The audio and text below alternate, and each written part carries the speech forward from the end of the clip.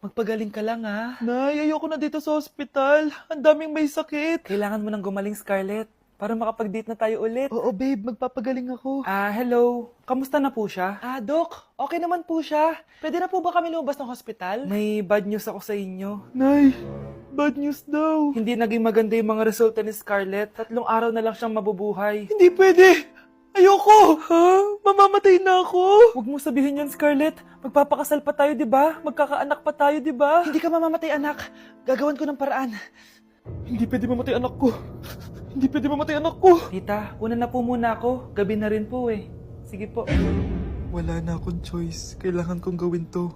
Para sa'yo, anak. O anak, kainin mo muna to para gumaling ka na. Sige po, Nay. Sarap. Kain ka lang, anak, ha? Hello. Kamusta siya? Doc, parang lumakas ako ngayon. Talaga, anak? Malakas ka na? May good news ako sa inyo. Naging okay lahat ng results ni Scarlett. Grabe, parang himala. Pwede na kayong lumabas dito sa ospital. Makakalabas na tayo ng ospital, Nay! Oo, anak!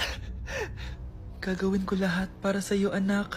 Sa wakas, nakauwi na din tayo, Nay. Namiss ko tong bahay natin. At dahil dyan, pagluluto kita na paborito mong ulam, anak, para di ka na magkasakit. Grabe, ang sarap naman neto, Nay. Parang kakaiba yung karne neto, pero ang sarap. Kain ka lang, ha? Teka, Nay. Dumating po ba yung boyfriend ko? Nandito siya, anak. Totoo, Nay? Nasaan siya? Babe! Ayan siya. Kinakain mo.